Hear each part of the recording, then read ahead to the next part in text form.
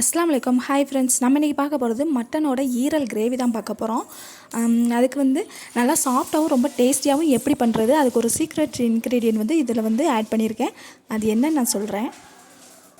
இப்போ ஒரு குக்கரை காய வச்சுக்கிட்டு அதில் 4 டேபிள் ஸ்பூன் கடலெண்ணெய் சேர்த்துக்கோங்க. சேர்த்துட்டு இது கூட 1/2 டேபிள் ஸ்பூன் சோம்பு, கொஞ்சம் கல்பாசி, 2 பட்டை, 3 ஏலக்காய், 3 கிராம்பு, இது கூட சேர்த்துட்டு ஒரு காஞ்ச மிளகாய் சேர்த்து எல்லாத்தையும் நல்லா பொரிய விட்டுக்கோங்க.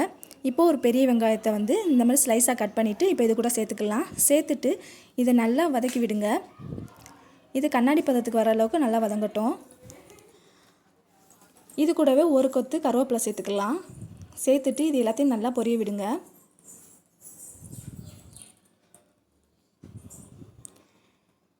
இப்போ இது கூட இஞ்சி பூண்டு பேஸ்ட்டு 2 டேபிள் ஸ்பூன் சேர்த்துக்கிறேன். சேர்த்துட்டு இது எல்லாத்தையும் நல்லா கிளறி விடுங்க. ஃப்ளேம் மீடியம் ஃப்ளேமில் இருக்கட்டும். இஞ்சி பூண்டு பேஸ்ட்டு நம்ம சேர்க்கும் போது அடிப்பிடிக்கும். அதனால நம்ம ஃப்ளேமை மீடியமில் வச்சுட்டு நல்லா வதக்கி விடலாம். இப்போ இந்த ஸ்டேஜ் வந்ததுக்கப்புறம் இது கூட ஒரு நல்ல பழுத்த தக்காளியாக சேர்த்துட்டு நல்லா கட் பண்ணிவிட்டு சேர்த்துக்கோங்க. நல்லா சேர்த்து நல்லா வதக்கி விடுங்க. வதக்கி விட்டுட்டு இப்போ நான் வாஷ் பண்ணி வச்சுருக்கேன் இந்த ஈரலை இது கூட சேர்த்துக்கலாம். சேர்த்துட்டு இது நல்லா எண்ணெயிலே நல்லா வதங்குற அளவுக்கு நல்லா கிளறி விடுங்க. இப்போ இது கூட தேவையான அளவு உப்பு சேர்த்துக்கலாம். உப்பு சேர்த்துட்டு நல்லா இதை கிளறி விடுங்க.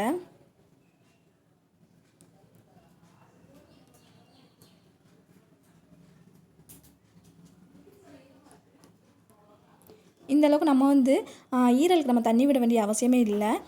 அதுவே வதங்கி வரும்போது தண்ணி விடும். இப்போ இது கூட நம்ம மசாலாவெலாம் ஆட் பண்ணிக்கலாம்.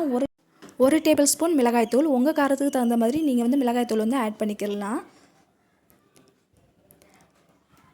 இது கூடவே ஜீரகத்தூள் ஒரு டேபிள் ஸ்பூன் சேர்த்துக்கிறேன்.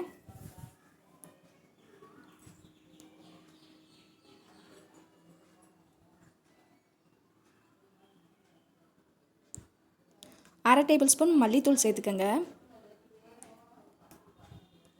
சேர்த்துட்டு இது எல்லாத்தையும் நல்லா கிளறி விடுங்க. இப்போ அந்த சீக்ரெட் இன்க்ரீடியன்ட் என்னன்னு சொல்கிறேன். 3 டேபிள் ஸ்பூன் அளவுக்கு தயிர் சேர்த்துக்கோங்க.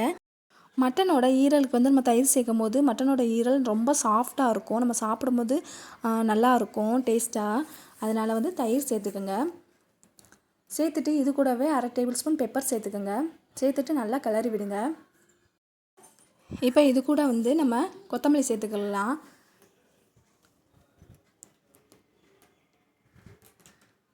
சேர்த்துட்டு இந்தளவுக்கு உங்களுக்கு கிரேவி பதம் போதுமான்னு பாருங்கள். அப்படி இல்லை அப்படின்னா ஒரு அரை டம்ளர் மட்டும் நீங்கள் தண்ணி சேர்த்துக்கலாம். இது கூட சேர்த்துட்டு மூடி போட்டு கரெக்டாக 5 விசில் வைங்க. ஹை ஃப்ளேமில் வச்சு 5 விசில் விட்டதுக்கப்புறம் பார்க்கலாம். பாருங்கள், நம்மளோட ஈரல் கிரேவி எந்த அளவுக்கு எண்ணெய் பிரிஞ்சு ரொம்ப கிரேவி ரொம்ப திக்னஸாகவும் கிடச்சிருக்குண்டு. இதே மாதிரி நீங்களும் ட்ரை பண்ணி பாருங்கள் ஃப்ரெண்ட்ஸ். இது டிஃபன் ஐட்டத்துக்கு, வெரைட்டி ரைஸுக்கு, நான்வெஜ் குழம்புக்குலாம் நல்லாயிருக்கும். ட்ரை பண்ணுங்கள் ஃப்ரெண்ட்ஸ். நம்ம சேனலில் பார்க்குற நிறையா பேர் சப்ஸ்கிரைப் பண்ணாமலே பார்க்குறீங்க ஃப்ரெண்ட்ஸ். ப்ளீஸ் சப்ஸ்கிரைப் பண்ணிவிட்டு நம்ம சேனலில் பாருங்கள்.